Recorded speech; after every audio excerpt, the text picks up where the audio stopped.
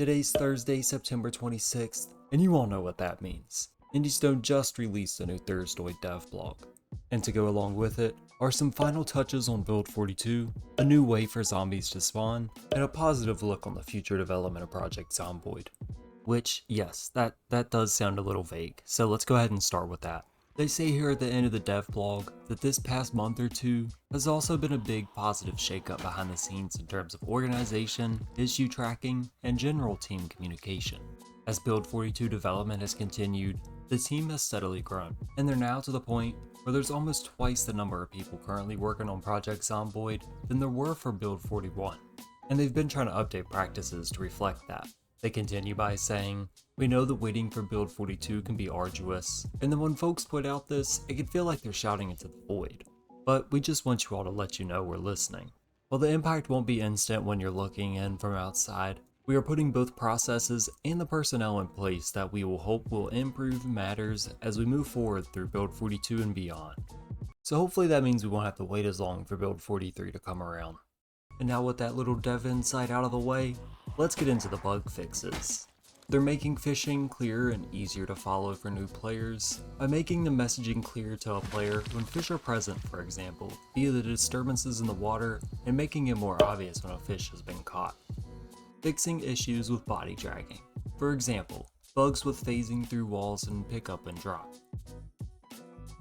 Improving animal pathfinding to make it more realistic around walls and map structures, and continue general work on the unseen paths that animals will follow.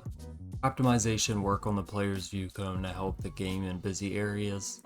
Map testing and fixing throughout new towns added to the game, and all the existing areas that have been given a glow up, which are primarily in Maldra. Which, if you don't know, I'm currently doing a playthrough on my YouTube, which I spawned in Maldra one last time before it gets that revamp. So if you want to go check that out, there will be a card at the top of the screen to go to the first episode, which you can do that when this video is done. Let's get back to the bugs. Adding more opportunities for players who generally don't go to farms and forests to come across animals in game. Adding 42's new depth texture to scenery and items that testers discovered, and that we previously missed out on. They pack up the bug fixes section by saying, "There's clearly a myriad of other fixes and changes going on also. These and all of the above are necessary things, but not particularly sexy in a dev block. We are also navigating in the final implementation of better handling and drainables in our revamped crafting system, and providing some neat shortcuts for both our own developers and modders by using input flags for many crafting use cases. Work on the build menu meanwhile continues apace, though the fundamentals are in the UI isn't quite there yet, so we won't be showing that off in today's dev blog." So it seems like a lot of the bug fixes are stuff that they've mentioned previously in dev blogs, like the fishing for example, along with the animal pathfinding, the player cone, and pretty much everything else here as well. So hopefully it seems like they're getting pretty close to being done with Build 42. The next part of the dev blog goes ahead and talks about the languages. They start off by saying, "From the very beginning of Project Zomboid, amazing community translators have brought so many people from around the world to our game, and allowed non-English speakers to better enjoy the Nox event. But due to the extent and expanse of the full translation sheets, over 20 different languages, it became clear that it was simply going to be too complicated to keep going in this fashion, especially with the motherload of other Build 42 content still to come. There's at least 100,000 words in Build 42, possibly more depending on how many new CDs and VHSs we get in, so it's about a novel's worth all added up. So it seems like they're taking a step back from translating the game and focusing more on other aspects of it, which in my English speaking self, I don't quite mind. For any of you non-English speakers out there, don't worry though, there'll probably be mods on Steam within the first couple weeks.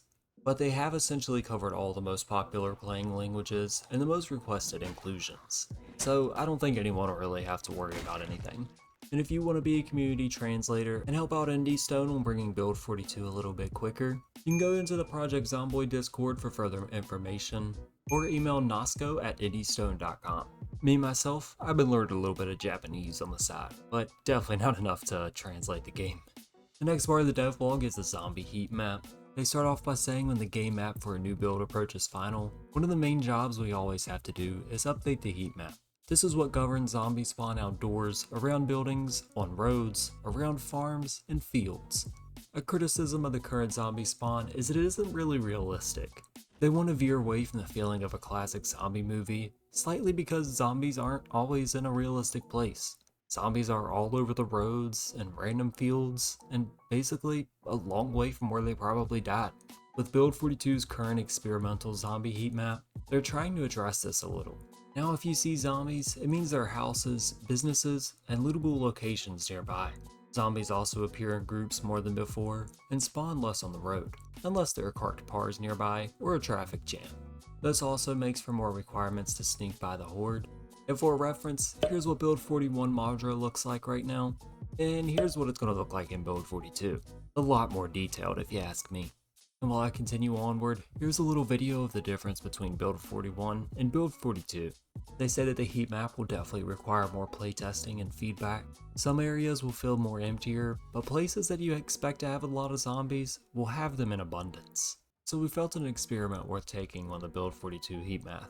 But we'll also definitely have to keep an eye on the difficulty levels at the same time. And if you're here for my favorite thing too, the Project Zomboid lore, then this next section is just for you. All the newspapers are now finaled, and such as Pat, Uncoid, and Warellis, sorry if I mispronounced any of those names, are moving on to the in-game business flyers, which serve the gameplay function of revealing interesting areas to the player on the map. This will in turn encourage exploration and serve the function of showing new players interesting locations they can journey to and could perhaps prove useful in their continued survival.